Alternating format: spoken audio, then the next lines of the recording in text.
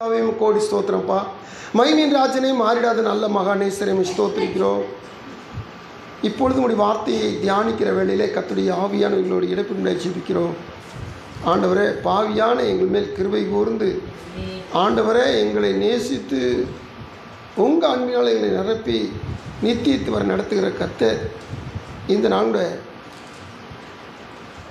நன்மை உண்டாகும் என்று சொல்லி அருள்வாக்கு தந்தவர், அது எப்படிலாம் அந்த நன்மையை எங்களுக்கு பெற்றுக்கொள்வோம் என்று சொல்லி ஆண்டவரே நீங்கள் எங்களுக்கு சொல்லித்தர காரியங்களில் நாங்கள் தியானித்து வருகிறோம். இந்த நாள் கூட பரிசுத்தாவின் எங்களுடைய இடைப்படுங்க. வசனத்தை கேட்குற பிள்ளைகளையும் வசனம் சொல்ல அடிமை பலப்படுத்துங்க. நாங்கள் நன்மை பெற்றுக்கொள்ளணும், நன்மையில் நினச்சிருக்கணும். தேவ சொந்தங்களை தாழ்த்தி ஒப்படைக்கிறோம். கர்த்தருடைய ஆவியானவர் இடைப்படும் பேசு. இரட்சகர் மீட்பர் இயேசு கிறிஸ்துவை விடுகிறோம் ஜெபங்கள் நல்ல பிதாவே, ஆமென். ஹல்லேலூயா. கர்த்தருடைய நாமம் இப்படிவதாக உபாகமம் 10ஆம் அதிகாரத்தில் சொல்லப்பட்ட வார்த்தையை தியானித்து வருகிற பொழுது, தேவனாய் கர்த்தர் நன்மை உண்டாக அவருக்கு பயப்பட வேண்டும், நன்மை உண்டாக அவர் வழி நடக்க வேண்டும், நன்மை உண்டாக அவரில் அன்பு கூற வேண்டும். இந்த அன்பு கூற வேண்டும் என்கிற காரியத்தை நாம் தியானிக்கிற பொழுது நான் ஒரு காரியம் சொன்னேன். இந்த அன்பு கூறுதல 2 பகுதி இருக்குதுன்னு சொன்னேன். ஹல்லேலூயா. கர்த்தருக்கு ஸ்தோத்திரம். இந்த உபாகமம் 10:12 நன்மை உண்டாகும் என்கிற காரியத்துக்கு 4 அடிப்படை காரியங்கள் உண்டு, 4 மூல காரியங்கள் உண்டு. அதில் 4வது காரியம் என்ன? சேவித்தல். அல்லேலூயா. சேவிக்கிறது 4வது காரியம். முதல்ல பயம், அவர் வழியில் நடத்தல், அன்பு கூறுதல். 4வது கர்த்தரை சேவித்தல். முழு இருதயத்தோடும் முழு ஆத்மாவோடும் அவர் என்ன செய்யணும்? சேவிக்கணும். இந்த சேவித்தல் என்பது இந்த 3வது காரியமாய் அன்பு கூறுதலின் அடுத்து ஒரு பிரதிபலிப்பாகிய காரியம். அல்லேலூயா. கர்த்தருக்கு ஸ்தோத்திரம். சேவித்தல், உன் தேவனாய் கர்த்தரை சேவி அப்படி சொன்னால், ஆங்கிலத்தில் அந்த வார்த்தையை நீங்கள் பார்த்தீங்கன்னா சர்வ் அப்படின்ற SERVE அந்த வார்த்தையை பயன்படுத்தியிருப்பாங்க. இந்த வார்த்தை செர்வெண்ட் என்ற வார்த்தையுடைய முற்பகுதி. அல்லேலூயா. செர்வெண்ட் என்னது? வேலைக்காரன். அப்போது அந்த அண்டை நம்ம தள்ளி விட்டோம்னா முன்னாடி என்ன இருக்கும்? சார்.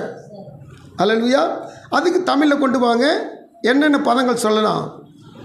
சேர்ன்ற பதத்தை தமிழில் பிரித்து பார்த்தோம்னா சேவை, ஊழியம், தொண்டு, பணிபுரிதல், ஈகை, இப்படி அநேக பதங்கள் உண்டு சேர்ன்ற ஒரு வார்த்தைக்கு. அல்லேலூயா. கர்த்தருக்கு ஸ்தோத்திரம். அப்போது சேவை செய்தல், சேவித்தல், இந்த அடிப்படையில் பார்த்திங்கன்னா, நான் கடந்த வாரத்திலே என்னுடைய வருகிற தொடர்ச்சி முன்னாடி சொன்னேன். அதாவது அன்பு கூறுதல் என்பது முதல் காரியமாக கர்த்தரிடத்தில் அன்பு கூறுதுன்னா என்னன்னு சொல்லி பார்த்தோம். கற்பனைகளை கை கொள்ளுதல். தேவ பயம் சொன்னாவே அவங்க கற்பனையை கை கொள்வதாக காணப்படணும். அதில் ஒரு கற்பனை குறித்து நம்ம பார்த்தோம். அநேக கற்பனை உண்டு.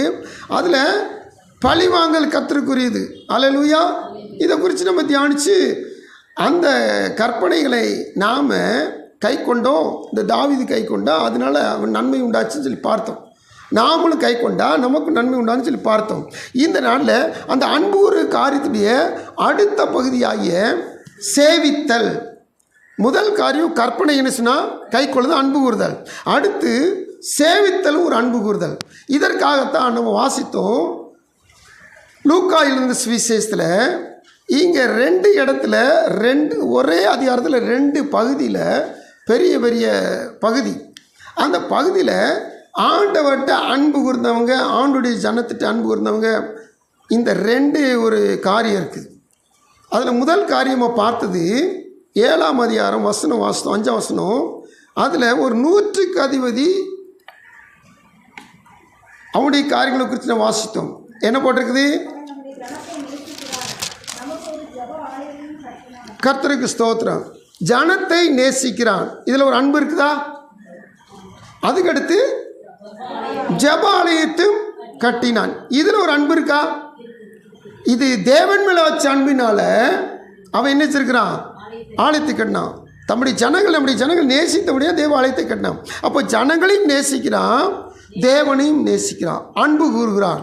கர்த்தருக்கு ஸ்தோத்திரம். அப்போ இந்த இடத்துல வார்த்தையின்படி பார்த்தீங்கன்னா இவன் தேவ ஜனங்களுக்கும் தேவனுக்கும் பிரியமாய் நடந்து கொண்டான், அல்லது தேவ ஜனங்களுக்கு சேவை செய்தான். அல்லேலூயா. இந்த அன்பு கூறுதல் என்பது கற்பனைகளை கை கொண்ட அன்பு அல்ல. இந்த அன்பு அவருக்கு சேவை செய்கிற அன்பு. அவருக்கு ஆலயத்தை கட்டுவது என்பது ஒரு அன்பு தான். ஆனால் கற்பனையை கை கொண்ட அன்பு அதுக்குள்ளே இது வந்து அடங்காது. ஆமென்.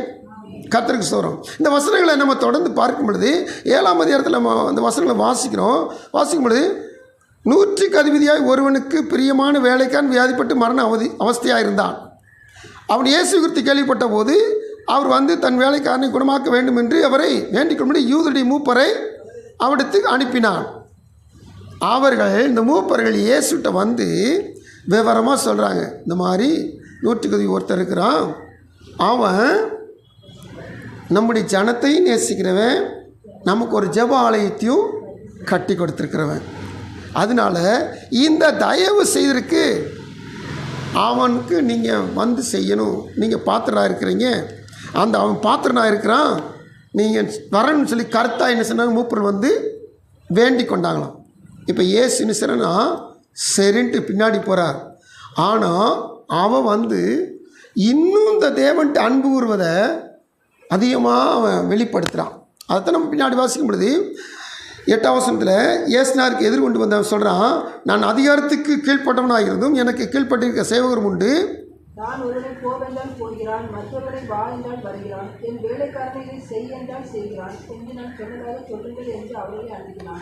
ஆண்டவர் சொல்றார், இஸ்ரவேலருக்குள்ளும் நான் இப்படிப்பட்ட விசுவாசத்தை காணவில்லை என்று உங்களுக்கு சொல்லுகிறேன் என்றார்.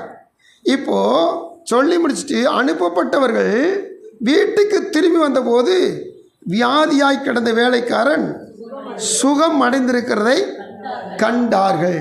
கர்த்தருக்கு ஸ்தோத்திரம். அப்போது ஆண்டவருடைய சமூகத்தில் இந்த சேவித்தல் என்பது அன்பு கூறுதலுடைய அடுத்த ஒரு பக்கம். முதல் பக்கம் கற்பனைகளை கைக்கொள்ளுதல், மறுபக்கம் சேவித்தல். சேவிக்கிற பொழுதும் கர்த்தர் நமக்கு நன்மையை செய்கிறவராக இருக்கிறார். இது 100க்கு அதிபதிக்கு கர்த்தர் என்ன நன்மை செய்தாராம், அவன் வேலைக்காரனுக்கு இந்த மூப்பர் வந்து கேட்டுக்கிட்டு இருக்கும்போது அங்கே சுகம் கிடச்சிட்டு. அல்லேலூயா.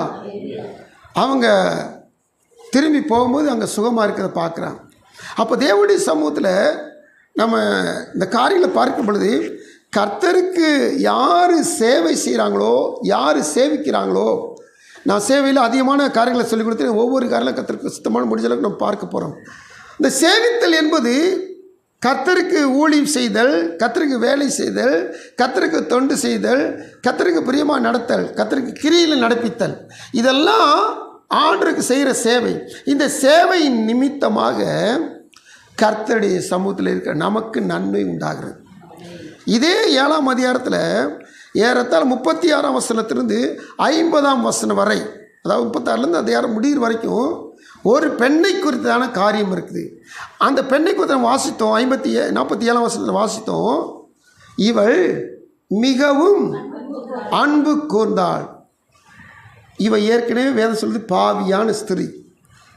ஆனால் இவ எப்படி அன்பு கூர்ந்தாலாம், மிகவும் அன்பு கூர்ந்தாள். கர்த்தருக்கு ஸ்தோத்திரம். இந்த ஸ்திரீ உலக பிரகாரம் பாவத்தில் பெரிய பாவங்களை செஞ்சு உலகத்துக்கு முன்னாடி அவள் ஒரு அசுத்த ஸ்திரீ. ஆனால் பாருங்கள், இந்த பகுதியில் ஆண்டவர் இயேசு வருகிறான்னு சொல்லி கேள்விப்பட்ட மாத்திரத்தில் ஒரு சீமோன் என்று சொல்லப்படுதான ஒரு பரிசேயன் வீட்டில் வந்து ஆண்டவர் பந்திக்கு வரார். அவன் அழைச்சிட்டான், அதனால் அவன் வீட்டுக்கு சாப்பாட்டுக்கு வரார். அப்போது 37ஆம் வசனம் போட்டிருக்குது, அந்த ஊரில் இருந்த பாவியாய ஒரு ஸ்திரீ அவர் பரிசேயன் வீட்டில் பந்திருக்கிறதை அறிந்து ஒரு பரணியில் பரிமள தைலம் கொண்டு வந்து அவருடைய பாதங்களின் அருகே பின்னாக நின்று அழுது கொண்டு அவருடைய பாதங்களை தன் கண்ணீரினால் நனைத்து தன் தலைமையினால் துடைத்து அவருடைய பாதங்களை முத்தம் செய்து பரிமள தைலத்தை பூசினாள். கர்த்தருக்கு ஸ்தோத்திரம். அவனுடைய சமூகத்தில் இது எல்லாம் வீட்டுக்கு சாப்பாட்டு கூப்பிட்ட பரிசேயன் பார்த்துக்கிட்டே இருக்கிறான். பார்த்துக்கிட்டே இருந்துட்டு அவன் மனசுக்குள்ளே நினைக்கிறான், அவரை அழைத்த பரிசேயர் அதை கண்டபோது, இவர் தீர்க்கதரிசியாக இருந்தும் தம்மை தொடுகிற ஸ்திரீ இன்னாள் என்று இப்படிப்பட்டவள் என்றும் அறிந்திருப்பார். இவருக்கு ஆவியாக இருக்கிறாளோ என்று தனக்குள்ளே சொல்லிக்கொண்டார். கர்த்தருக்கு சொல்கிறான். அவன் மனசுக்குள்ளே பேசுகிறான், இது பயங்கரமான ஸ்திரீ, இந்த ஊரில் இருக்கிற இவளை பற்றி நமக்கு தான் தெரியும். இவர் உண்மையிலே ஒரு தீர்க்கதரிசியாக இருந்தால் இவருக்கு தெரிஞ்சிருக்கணும், இவ பாவியான ஸ்திரீயாக இருக்காளன்னு சொல்லி என்ன செய்றான், அவன் இருதயத்திலேவும் அவன் ஆத்துமாவில் உனக்குள்ளே பேசிக்கிட்டான். ஆண்டவர் அவன் ஆத்துமாவில் பேசுகிறத இவர் அறிந்து இப்போ அவன்கிட்ட பேசுகிறார். இதிலேருந்து நம்ம கண்டுபிடிக்கிற காரியத்தையும் வச்சுங்க. நீங்கள் உங்கள் இருதயத்தில் எந்த சிந்தனை வச்சுருந்தாலும் நம்ம ஆண்டுக்கு நல்லா தெரியும். அல்லேலூயா. அதனால தான் இருதயத்தின் நினைவுகளையும் தோற்றங்களையும் அவர் அறிந்திருக்கிறார்னு சொல்லி வேதம் சொல்லுது. அது மாத்திரமில்லை, இந்த இருதயத்தில் உண்டான சிந்தனையில் வீணான சிந்தனைகளுக்கும் ஒரு நாள் நியாயத்திற்கு கொண்டு வந்து வச்சிருவார். அல்லேலூயா, ஸ்தோத்திரம். நீங்கள் யாரை குறித்து எப்படி தாறுமாறாக சிந்தித்தாலும் ஜட்ஜ்மெண்ட்டில் அந்த சிந்தையும் கூட என்னச்சுன்னா நியாயத்திற்கு கொண்டு வந்து வச்சு நிறுத்திடுவார். அதனால் சிந்திக்கிறதுல கூட நீங்கள் ஜாக்கிரதையாக சிந்திக்கணும்.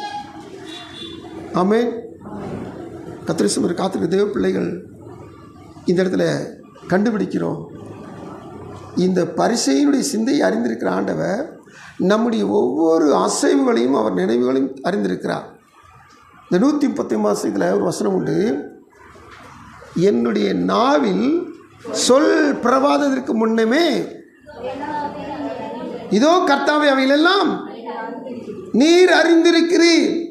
எப்படி பாருங்க, இன்னைக்கு நான் ஆண்டுடைய சொல்ல முழங்கால் போட போகிறேன்னா எதுக்காண்டி முழங்கால போடுறான்? நான் பிள்ளைக்காண்டி ஜெபிக்க போகிறான், மனைவிக்காக ஜெபிக்க போகிறான், சபைக்காக ஜெபிக்க போகிறான். அப்படி சொல்கிறத நான் ஜெபிக்கிறதுக்கு முன்னாடியே கட்ட என் நினைவில் தோற்றமெல்லாம் அறிந்திருக்கிறவர். என் நாவில் ஜெப சொல்லி வருது பார்த்தீங்களா, ஜெபம் சொல்ல போகிற பார்த்தீங்களா, சொல்கிறதுக்கு முன்னாடி கத்தர் அறிந்திருக்கிறார். அல்லேலூயா. அப்போ நம்முடைய சகலவற்றையும் அறிந்திருக்கிறவர் அவர் தான் சர்வ ஞானம் உள்ள கர்த்தர். அல்லேலூயா, ஸ்தோத்திரம். அப்போ இந்த தேவனுடைய சமூகத்தில் ஒவ்வொரு காலம் ஆராய்ச்சி பண்ணி பார்க்கும். இப்போது அவனுடைய மனசுக்குள்ளே பேசுகிற கர்த்தர் கண்டுபிடிச்சு, சீமோனே உனக்கு நான் ஒரு காரியத்தை சொல்ல வேண்டும் என்றார். அதற்கு அவன், போதகரே சொல்லும் என்றார். அப்பொழுது அவர் ஒருவனிடத்தில் 2 பேர் கடன் பட்டிருந்தார்கள். ஒருவன் 500 வெள்ளிக்காசும் மற்றவன் 50 வெள்ளிக்காசும் கொடுக்க வேண்டியதாக இருந்தது. கொடுக்க அவர்களுக்கு நிர்வாகம் இல்லாத போது இருவருக்கும் கடனை மன்னித்து விட்டான். இப்படி இருக்க அவர்களில் எவன் அவனிடத்தில் அதிக அன்பாயிருப்பான், அதை சொல் என்றார். சீமோன் பிரதித்திரமாக, எவனுக்கு அதிகமாய் மன்னித்து விட்டானோ அவனே அதிக அன்பாயிருப்பான் என்று நினைக்கிறேன் என்றான். நினைக்கிறேன் இவன் சொல்கிறான், ஆனால் யதார்த்தம் ஒரிஜினல் அதுதான். யாருக்கு அதிகமாக ஃப்ரீ பண்ணுறாங்களோ அவங்க தான் அதிகமாக நினைச்சுவாங்க, சந்தோஷப்படுவாங்க, அவங்கள்ட்ட அன்பாக இருப்பாங்க. ஆமென். ஹல்லேலூயா. கர்த்தருக்கு ஸ்தோத்திரம். அப்போது இந்த யதார்த்தத்தை கண்டுபிடிச்சு கரெக்டாக சொல்லிட்டான். இப்போ ஆண்டவர் அதுக்கு விளக்கம் சொன்னார். ஸ்திரீனமாய் திரும்பி சீமோனை நோக்கி, இந்த ஸ்திரீயை பார்க்கிறாயே, நான் வீட்டில் பிரவேசித்தேன், நீ என் கால்களுக்கு, யூதருடைய வழக்கத்தின்படி வீட்டுக்கு ஒரு ஆள் வந்துட்டாங்க, நம்மளை வீட்டுக்கு நினச்சிட்டுனா முதல்ல காலை கழுவிட்டு தனிச்சின்னு வீட்டுக்குள்ளேயே போகணும்.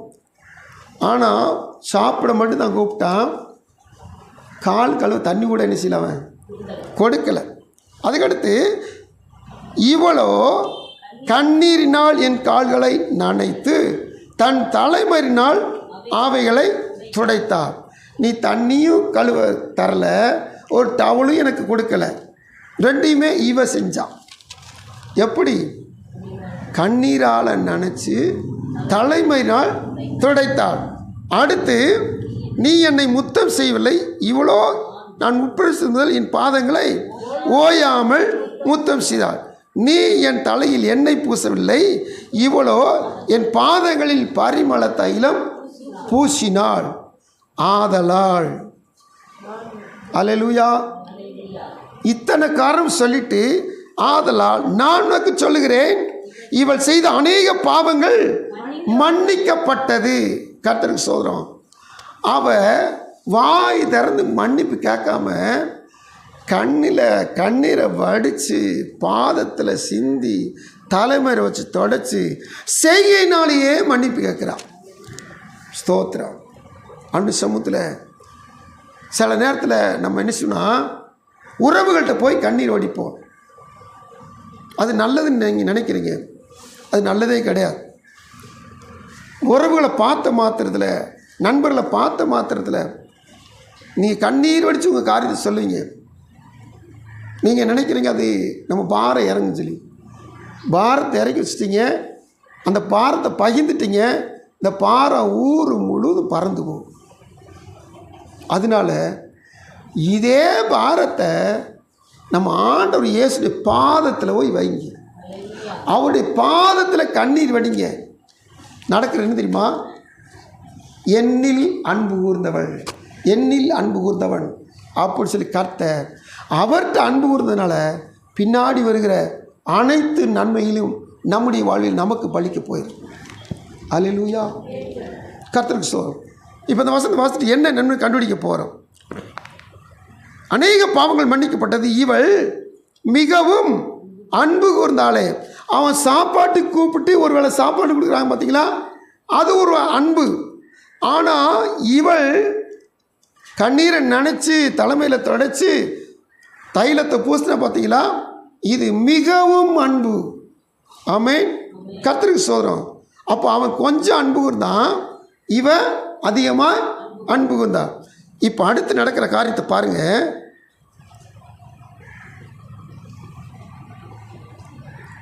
அவளை நோக்கி உன் பாவங்கள் மன்னிக்கப்பட்டது என்றார். முதல் நன்மை, அவளுக்கு கிடைச்ச முதல் நன்மை என்னது? பாவங்கள் மன்னிக்கப்பட்டது. முதல் நன்மை. இந்த பாவம் மன்னிக்கப்பட்டாச்சுன்னா அதுக்கடுத்து இந்த உலகத்தில் நம்ம தேவன்கிட்ட எது வேணாலும் கேட்டு பெற்றுக்கலாம், அவர்கிட்ட ரொம்ப நெருங்கி சேரலாம். பாவ மன்னிப்பு நிச்சயம் வந்துருச்சுங்கன்னா நமக்கும் தேவனுக்கும் தொடர்பு அதிகரிச்சிடும். ஆமென். இந்த பாவம் தான் நம்மையும் தேவனுக்கு என்ன செய்யுது? பிரிக்குது. ஏசாயால வாசித்திருக்கோம்ல, உங்கள் பாவங்களே உங்களையும் உங்கள் தேவனையும் தூரமாய் பிரிக்கிறது. ஏசாயால வாசிக்கிறோம். அப்போ ஆண்டுடைய பிள்ளைகள் நல்லா கவனிச்சு பாருங்க. பாவம் மன்னிக்கப்பட்டாச்சு, அதுக்கடுத்து கிடைக்கிற நன்மையை பாருங்க. அப்பொழுது கூட பந்தியவர்கள் பாவங்களை மன்னிக்கிற இவன் யார் என்று தாங்களுக்குள்ளே சொல்லி கொண்டார்கள். இது வழக்கமாக பரிசையில் பேசுகிற பேச்சு.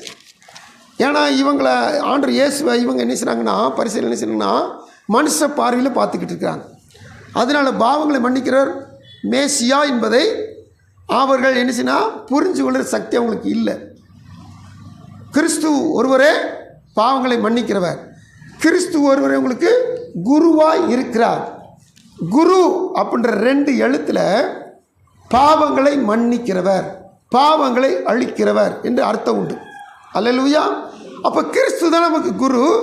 குரு தான் பாவங்களை மன்னிப்பவரும் பாவங்களை அழிக்கிறவருமாக இருக்கிறார். அல்லேலூயா.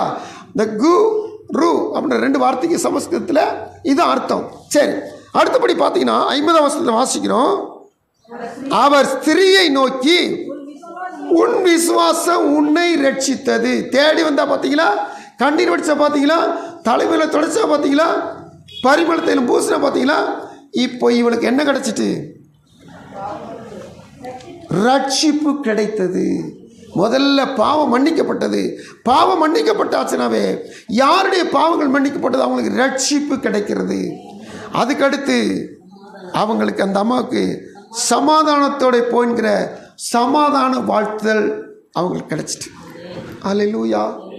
அப்போ தேவ சமூகத்தில் பாவ மன்னிப்பு, ரட்சிப்பு, சமாதானம். அப்போ ஆண்டவராய் தெய்வம் இப்போது இந்த அம்மா சொன்னாங்க சமாதானத்தோடு போ. இந்த 3 நன்மையும் பெற்றுக்கொண்டு அந்த அம்மா போகிறாங்க. இப்போ ஆண்டவராய் தெய்வம் யோவான் சுவிசேஷம் நமக்கு ஒரு காரியம் சொல்லி கொடுக்குறார். 14ஆம் அதிகாரம் 27ஆம் வசனத்தில் இப்படி ஒரு காரியத்தை நமக்கு சொல்கிறார்.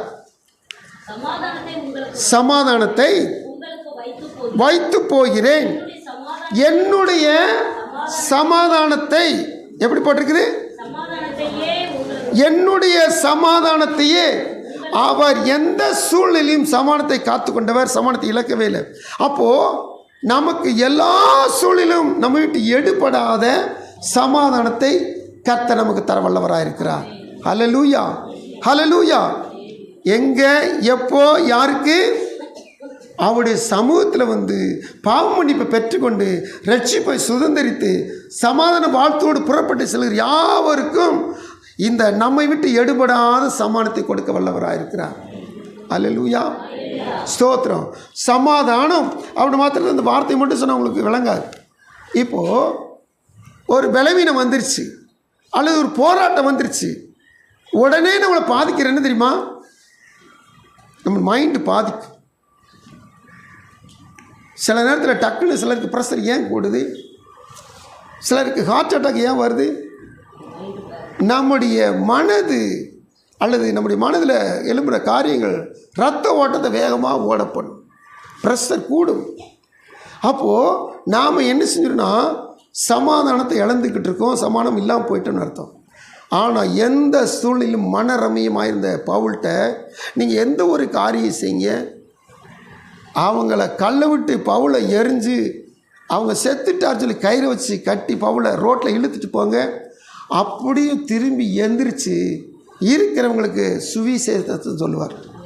ஐயோ இப்படி நடிச்சிட்டாங்களே, இப்படி நீ கொண்டுட்டாங்களே, வேதனைப்படுறேன்னு அப்படி புலம்பவே மாட்டார். இதுதான் தேவன் கொடுக்குற சமாதானம். அல்லேலூயா. அல்லது தேவனுக்கு விரோதமாக இப்படி ஊழியத்துக்கு அழைச்சிட்டு இந்த பாடுபடுத்துகிறாங்களே, நான் என்ன பாவம் செஞ்சேன் அப்படின்னு முறுமுறுக்கவே இல்லை.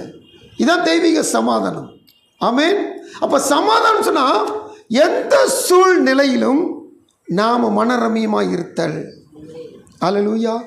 கர்த்தருக்கு இந்த சமாதானத்தை குறித்து இன்னும் வேதத்தை நம்ம பார்க்கிற பொழுது 119, 160 எல்லாருக்கும் மனப்பாடமாக தெரிஞ்ச வசனம். இடரல் இல்லாத மிகுந்த சமாதானம் நமக்கு உண்டு. யாருக்கா? அல்லேலூயா, ஸ்தோத்திரம். அங்கே ஒரு அன்பு இருக்குதா? இருக்கா இல்லையா? தேவன் மேல் வச்ச அன்பு, தேவன் கொடுத்த வார்த்தையில வச்ச அன்பு, உங்களுடைய வேதத்தை நேசிக்கிறதுக்கு ரொம்ப சமாதானம் இருக்கு. அவங்களுக்கு என்ன கிடையாதான்? அல்லேலூயா, ஸ்தோத்திரம். இடறி போகாத மிகுந்த சமாதானம். இந்த தேவனையும் தேவன் கொடுத்த வேதத்தையும் நாம் என்ன செய்யணும்?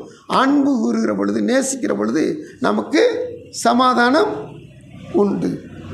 இந்த நன்மையை கட்ட நமக்கு தாராளமாய் வாரி வழங்குறவராக இருக்கிறார்.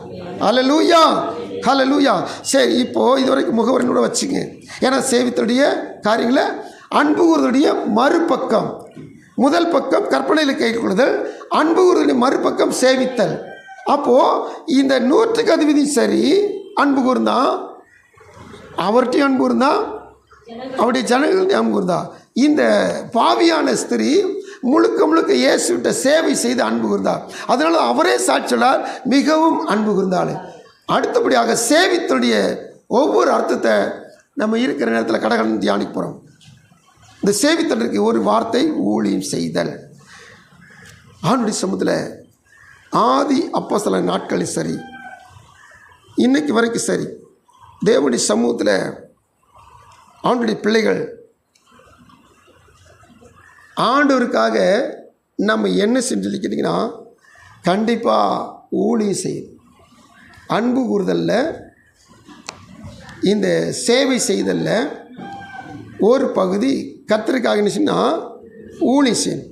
அப்படி ஊழியம் செய்கிற பொழுது என்ன நன்மை உண்டாகுது? முதல்ல ஊழியம்னு என்ன? இயேசுவை பற்றி உங்களை தவிர 2வது ஆள் 3வது ஆள்கிட்ட இயேசுவை பற்றி அறிமுகம் பண்ணுறதான். இயேசுவை பற்றி சொல்கிறோம். நீங்கள் போய் 1000 பேரை கூட்டி வச்சு ஒரு மைக்கை பிடிச்சு பாட்டு பாடி பிரசங்கம் பண்ணுறது தான் ஊழின்னு ரொம்ப பேர் நினைக்கிறாங்க. நீங்கள் உங்கள் இருக்கிற இடத்துல, உங்கள் வேலை செய்கிற இடத்துல, உங்களுடைய சகல விதமான போக்குவரத்து நேரத்தில் இயேசுவை பற்றி மற்றவங்கள்ட்ட சொல்லுக்கு போகிற ஊழியம். அல்லேலூயா. இப்படி செய்கிறதுனால யோவான் 12:26 வசனம் இப்படி சொல்லி பாருங்கள். யோவான் 12:26 சீக்கிரம் வாசிங்க. ஊழியம் ஆனால்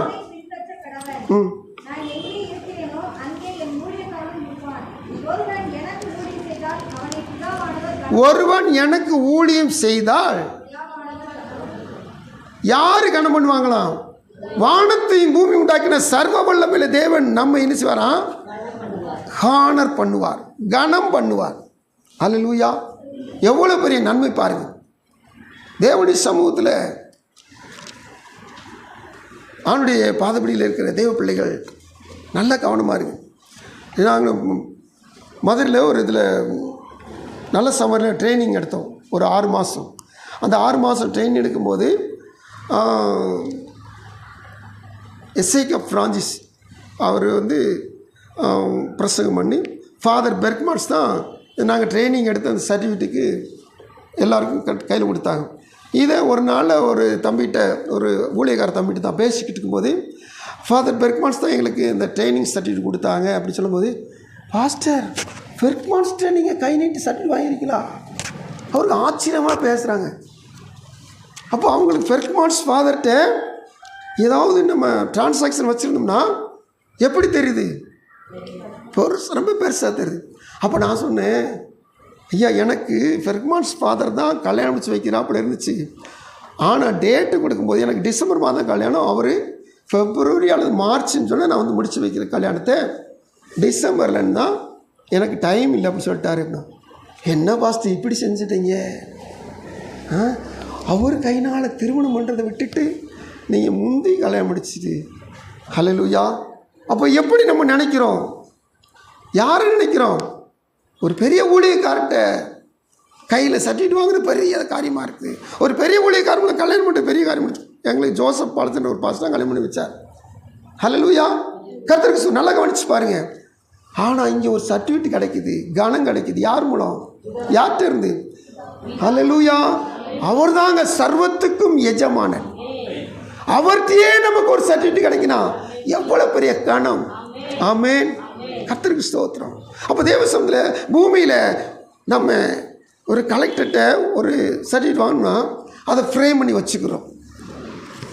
ஒரு பெரிய ஆட்டு நம்ம என்ன செய்யணும், ஒரு பரிசு வாங்கணும்னா அதை ஞாபகமாக வச்சுக்கிறோம். தேவாதி தேவன் சர்வத்தையும் படைத்து ஆளுகை செய்கிற ஆண்டவர் அவரே நமக்கு கனம் பண்ணுகிறான்னீங்கன்னா, இப்போது வேதத்தில் வாசிக்கும் பொழுது பவுல் சொல்கிறாரு, நீதியின் கிரீடம் எனக்கு வைக்கப்பட்டிருக்குது, நீதியில் நியாயாதிபதியாகிய கர்த்தர் அந்நாளில் எனக்கு அதை தந்தருளுவார். அவர் கையில் நீதியின் கிரீடத்தை வாங்குறோம்னா எவ்வளவு பெரிய சந்தோஷம். ஹானர் பண்ணுறார். சோதனை சோதனை சோதனை. இன்றைக்கி சோதனை இருக்குங்கல்ல, பண போராட்டம், சரீர சுகவீன போராட்டம், அங்கே வேலை செய்கிறதுல பக்கத்தில் இருக்கிற போராட்டம், குடும்பத்துக்குள்ளே சொந்தவங்களுக்குள்ள போராட்டம், எல்லாம் சோதனை சோதனை சோதனை சோதனை. சகிச்சு சகிச்சு ஒரு நாளில் ஜீவ கிரீடத்தை யாக்கோப்பு 1:12 வெளிப்படுத்தின விசேஷம் 2:10 இந்த சோதனை சைக்கிறதுக்கு ஜீவ கிரீடத்தை அந்நாளில் அவர் சோதனை சைத்தவர்கள் எல்லாருக்கும் தருவார். ஹல்லேலூயா! எவ்வளவு சந்தோஷம் பாருங்க. யார் தர்றா? மகிமையின் ராஜா நமக்கு ஜீவ கிரீடத்தை தரும்போது ஹல்லேலூயா எவ்வளவு மகிழ்ச்சி, எவ்வளவு சந்தோஷம். அவரே கனம் பண்ணுகிறார்.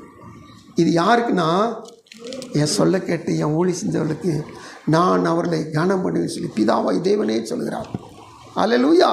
கர்த்தருக்கு சொல்றோம். சரி, அடுத்தபடியாக நம்ம பார்க்கிற காரியம் கர்த்தருக்கு வேலை செய்தல். எல்லாம் ஒரே டாபிக் தான், ஒரே அர்த்தமுடைய தான். இந்த வேலை என்பது கிரியைகளை நடப்பித்தல். இதுவும் சுவிசேஷம் சொல்கிற வேலை தான். இதை எங்கே வாசிக்கணுங்கன்னா, ஏசியா தீர்க்கதரிசி புத்தகம் 6ஆம் அதிகாரம் 8ஆம் வசனம். ஏசியா ஒரு பெரிய தரிசனத்தை பார்க்குறார். அந்த தரிசனத்தில் பார்த்த மாத்திரத்தில் ஐயோ அதமானேன்னு சொல்லி இவர் நினச்சிட்டார்னா, நான் பாவியான மனுஷன் சொல்லி அப்படி தன்னைத்தானே நொந்துக்கிறார். இது வரைக்கும் மற்றவங்களை பார்த்து உனக்கு ஐயோ உனக்கு ஐயோன்னு சொல்லிக்கிறவர், இப்போது இந்த தரிசனத்தை பார்த்த மாத்திரத்தில் எனக்கு ஐயோன்னு சொல்லி விழுந்துட்டார். இப்போ ஒரு தூதன் என்ன சொன்னா, ஒரு குரட்டை எடுத்துகிட்டு போய் பலிபீடத்தில் இருக்கிற ஒரு தணல் எடுத்துகிட்டு வந்து இவன் நாவை வா என்ன செய்கிறான், உதட்ட சுட்டு வைக்கிறான். சுட்ட மாத்திரத்தில் அவன் சொல்கிறான், நீ சுத்தமானாய், உன் பாவம் நிவர்த்தியானது. கர்த்தருக்கு ஸ்தோத்திரம். நீங்கள் எத்தனை பேர் இந்த வசனம் வாசிக்கும் போது 6ஆம் முறை வாசித்திருக்கேன்னு தெரியல. எனக்கு இந்த வசனம் வாசிக்கும் ஆச்சரியமாக இருக்கும். எப்படின்னீங்கன்னா, ஒரு தூதன் என்ன எடுத்துகிட்டு போகிறான்? என்ன எடுத்துகிட்டு போகிறான்? துறடை எடுத்துகிட்டு போகிறான். எடுத்துகிட்டு போய் என்ன செய்யறான்? பலிபீடத்தில், பரலோகத்தில் ஒரு பலிபீடம் இருக்குது. அல்லேலூயா. அங்கே நெருப்பு இருக்குது. அந்த நெருப்பில் ஒரு தழல் இருக்குது. அதை என்ன செய்யறான்? உன்னை தூக்கிட்டு போகிறான். கவனிக்கிறீங்களா? எத்தனை பேர் வாசிக்குவது சிந்திச்சிருக்கீங்க தெரியல. ஒரு தூதனை என்ன செய்யணும்னா, பலிபீடத்தில் இருக்க அக்னியை தொட முடியல, தொரட்டை வச்சு தான் தூக்குறான். ஆனால் தூதன் தொட்டை வச்சு தூக்குன அக்னி இப்போ யார் மேலே படுது? ஏசியா வாயில், நாவில், உதட்டில் படுது. அவன் தொட முடியாத அக்னி மனுஷன் மேலே படுது. அப்போ எப்படி இருந்துருக்கு பாருங்க. இந்த அக்னி, இந்த பயங்கரமான அக்னி அவனை பாவம் நிவர்த்தி ஆக்கிற்று. அல்லேலூயா, ஸ்தோத்திரம். பயங்கரமான ஒரு அக்னி உங்கள் மேலே இறங்கினீங்கன்னா அதுக்கடுத்து உங்கள் பாவம் அன்னைக்கே நிவர்த்தி ஆகி. ஸ்தோத்திரம். தேவ சமூகத்தில் தேவநாயகத்துடைய பிள்ளைகள் தாங்க முடியல ஆண்டவரே, அக்கினி என்னால் தாங்க முடியல ஆண்டவரே. இப்போ சுத்திகரிக்கப்பட்டுக்கிட்டு இருக்குன்னு அர்த்தம். அல்லேலூயா, ஸ்தோத்திரம். இதுக்கு நம்ம எல்லாரும் வசனம் அடிக்கடி வாசிக்கிற வசனம், அழிந்து போகிற அக்கினி, அழிந்து போகிற பொன் அக்கினியால் சோதிக்கப்படுகிறது, இதெல்லாம் வாசிக்கிறோம். அப்போது அங்கே ஜொலிக்க போகிறதுக்கு முன்னாடி என்ன செய்யணும்? அது சோதிக்கப்படணும். ஜொலிக்கிறதுக்கு முன்னாடி சோதனை. இப்போது நமக்கு பெரிய நன்மை உண்டாகிறதுக்கு முன்னாடி நமக்கு ஒரு சுத்திகரிப்பு. ஆமென். இந்த சுத்திகரிப்பு சாதாரண அக்கினி கிடையாது. தூதனே தொட முடியாத அக்கினியான ஒரு சுத்திகரிப்பு. சரி, இதை கடந்து போவோம். அப்போது இந்த ஏசியாவுக்கு நன்மை பார்த்தீங்கன்னா, இந்த ஏசியா வச்சு தான் கர்த்தர் 66 அதிகாரத்தை எழுத வச்சு வேதத்தில் இருக்க 66 புஸ்தகத்துக்கு இணையான ஒரு குட்டி பைபிளவே ஏசியா வச்சு தான் கர்த்தர் எழுத வச்சார். ஆணுடைய பிறப்பிலேருந்து, ஆணுடைய பிறக்க போகிற சகல காரியத்திலேருந்து, ஆணுடைய வளர்ப்புலேருந்து, ஆணுடைய பாடுகள்லேருந்து, ஆணுடைய மரணத்திலேருந்து 1000 வருஷம் அரசாட்சி வரைக்கும் எல்லாத்தையுமே உள்ளடங்கிய ஒரு பெரிய புஸ்தகத்தை இந்த ஏசியா வச்சு தான் கர்த்தர் எழுத வச்சார். அல்லேலூயா. இந்த பூமிக்கு 40 பரிசுத்தவான்கள் வேதத்தை ஆவியோட உதவியோடு கொண்டு வந்தாங்க. அதில் ஒரு பரிசுத்தவான் ஏசியா. இந்த ஏசியா இந்த முழு வேதத்துடைய சுருக்கத்தையும் நமக்கு கொண்டு வந்து கொடுத்துருக்கிறார். இந்த பெரிய நன்மையை அவர் மூலம் கர்த்தர் நமக்கு கொடுத்துருக்கிறார். ஆமென், ஹல்லேலூயா. கர்த்தருக்கு சொல்கிறோம். சீக்கிரமாக கடந்து போவோம் அவனுடைய சமூகத்தில். அதுக்கடுத்து தொண்டு செய்தல் அப்படின்ற வார்த்தையும் இந்த சேவித்தன்ற வார்த்தைகள் அடங்கும். இந்த தொண்டு செய்தா நம்ம எல்லாருக்கும் நல்லா தெரியும். ஆண்டவர் கடைசி நாட்களில் இடது பக்கத்தில் வலது பக்கத்தில் பார்த்து பேசிக்கிட்டு இருக்கிறார். அப்படி பேசி முடியும் போது அவங்களாம் வந்து கேட்குறாங்க, ஆண்டவரே நீங்கள் எப்போ சுகம் இல்லாமல் இருந்தீங்க? ஆண்டவர் நீங்கள் எப்போ பசியோடு இருந்தீங்க? ஆண்டவர் எப்போ நீங்கள் சட்டை இல்லாமல் இருந்தீங்கன்னு கேட்குறாங்க. அப்போது ஆண்டவர் சொல்கிறார் பதில், இந்த சிறியல் 40, 25, 40 மத்தையில் இந்த சிறியவர்கள் நீங்கள் இவர்களுக்கு எதை செய்தீர்களோ அதை எனக்கே செய்தீர்கள். அப்போது சட்டையில் அவங்களுக்கு சட்டை கொடுக்கறது, பசியாக இருக்கிறவங்க உணவு கொடுக்கறது, காவலில் இருக்கிறவங்கள பார்க்க போகிறது, வியாதி இருக்கிறவங்கள விசாரிக்க போகிறது, இது எல்லாமே இந்த பூமியில் ஒவ்வொரு நாளும் ஒவ்வொரு தடவையும் நம்ம யாருக்கெல்லாம் போய் தொண்டு செய்கிறோமோ, யாரெல்லாம் போய் விசாரிக்கிறோமோ, இது எல்லாமே யாருக்கு செஞ்சது? இயேசு கிறிஸ்துவுக்கே செஞ்சு. இவைகளை எனக்கே செய்தீர்கள். அப்போ இந்த உலகத்தில் திக்கற்றவர்கள், எளியவர்கள், வறியவர்கள், ஏழைகள், அனாதைகள், ஒன்றுமில்லாதவர்கள், இவர்களுக்கெல்லாம் செய்கிறது புறம் ஆண்டு இப்போ விவரிக்கிறாரு, எனக்கு தான் செஞ்சீங்க. அல்லேலூயா. இந்த தொண்டு செய்கிறவர்களுக்கு நன்மை உண்டு. ஆமென். கர்த்தர் இவங்க அன்பு கூறுகிறார்கள், அன்பு கூறுகிற சேவையை இவர்கள் செய்கிறார்கள். அதனால இவங்களுக்கு என்ன நன்மை கிடைச்சிச்சு? அல்லேலூயா. உலக தோற்றத்துக்கு முன்னாடியே ஒரு ராஜ்யத்தை ஏற்படுத்தி வச்சிருக்கிறார். அதை சுதந்திரிக்கிற ஒரு பெரிய நன்மையை கர்த்தர் நமக்கு வைத்திருக்கிறார், கொடுக்கிறார். ஆமென். கர்த்தருக்கு ஸ்தோத்திரம். அதுக்கடுத்து ஈகை என்ற நன்மை, ஈகை என்ற சேவித்தல், அது நம்ம எபிரேயர் 13:16, 13:2 வாசிக்கிறோம்.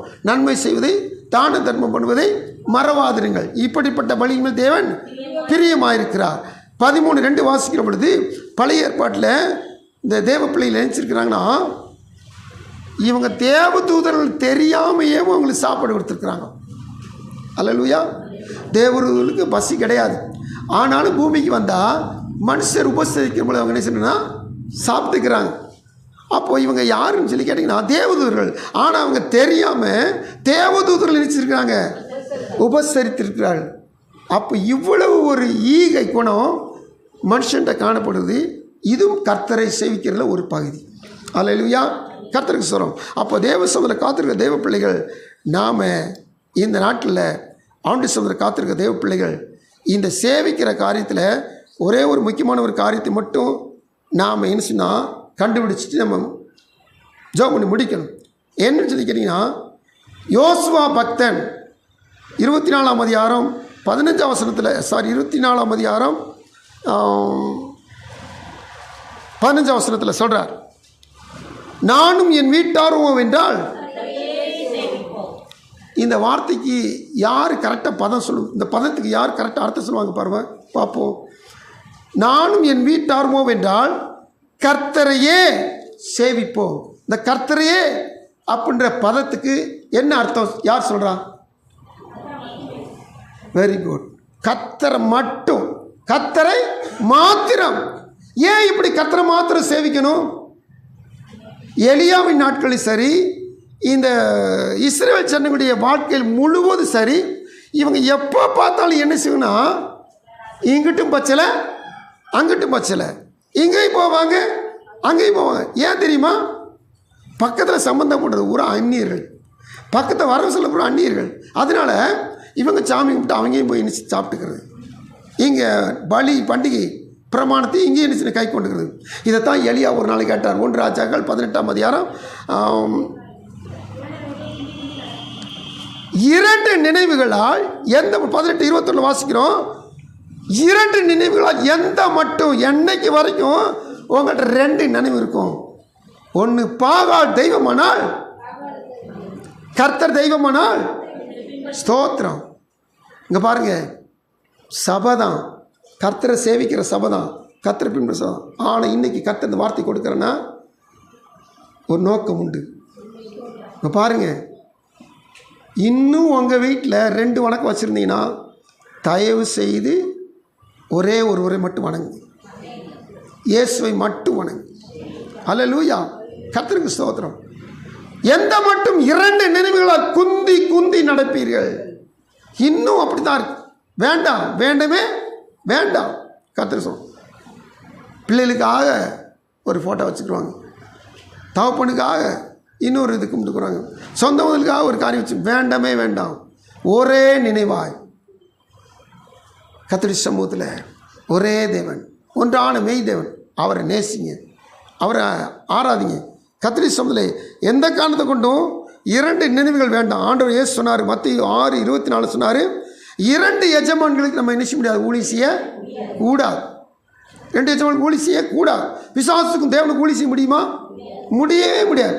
ஆனால் இன்னைக்கு இந்த உலகத்தில் அன்னைக்கு இப்படி தான் அநேகத்தை இருக்குது. கர்த்தர் என்னைக்கு தான் முழுசாக வருவானோன்னு சொல்லி அவளோடு காத்திருக்கிறார். முழுசாக வார்த்தையின்படி உபாகம் 10:12 உன் தேவனாகிய கர்த்தரிடத்தில் முழு இருதயத்தோடும் முழு ஆத்மாவோடும் அவரை சேவிக்க வேண்டும். இந்த வார்த்தையின்படி அவர்கிட்ட அன்பு கூறுங்க, அவரை சேவிங்க. கர்த்தர் நிச்சயமாய் நன்மை செய்ய வல்லவராக இருக்கிறார், நன்மை தரவும் வல்லவராக இருக்கிறார். எல்லோரும் கண்டுபிடி சேவிக்கலாமா? அன்பின் ஆண்டவரே கோடி ஸ்தோத்திரம்ப்பா. மகிமையின் பிதாவே, இந்த வேளை தேவ சமூகத்தை தாழ்த்தி ஒப்படைக்கிறோம். நாங்கள் கர்த்தரையே சேவிக்கிறவர்களாய் காணப்பட உதவி செய்யும். அன்பூரில் முதல் பக்கம் கற்பனை கை கொள்வதும், அன்பூரில் மறுபக்கம் உம்மை சேவித்தல் என்று சொல்லி நாங்கள் கண்டுபிடிச்சு இந்த நாள் தியானிக்க வச்சிங்க. ஆண்டவரே, இந்த நாள் தேவ சமுதிரம் நாங்கள் தேவனை பாதபடியில் உமக்கு ஊழியம் செய்யும், உமக்கு வேலை செய்யும், உமக்கு தொண்டு செய்யும், உமக்கு இப்படி சமுதில் ஈகை குணம் உள்ளவர்களாகும். ஆண்டவரை கர்த்தரை மாத்திரம் சேவிக்கிறவர்களாய் காணப்பட உதவி செய்யும். ஆண்டு சூழ்நிலையை ஒப்பு கொடுக்குறோம். வந்த பிள்ளைகள் ஒவ்வொரு உம்மை மாத்திரம் பின்பற்றி சேவிக்க நீர் நடத்தும்படியாய் மன்றாடுகிறோம். எங்களை தாழ்த்தி வெறுமையாக்குறோம். ரட்சகர் மீட்பர் இயேசு கிறிஸ்து நாமத்தில் மன்றாடுகிறோம். ஜெபம் கேளும் அன்பின் பரலோக பிதாவே, ஆமென்.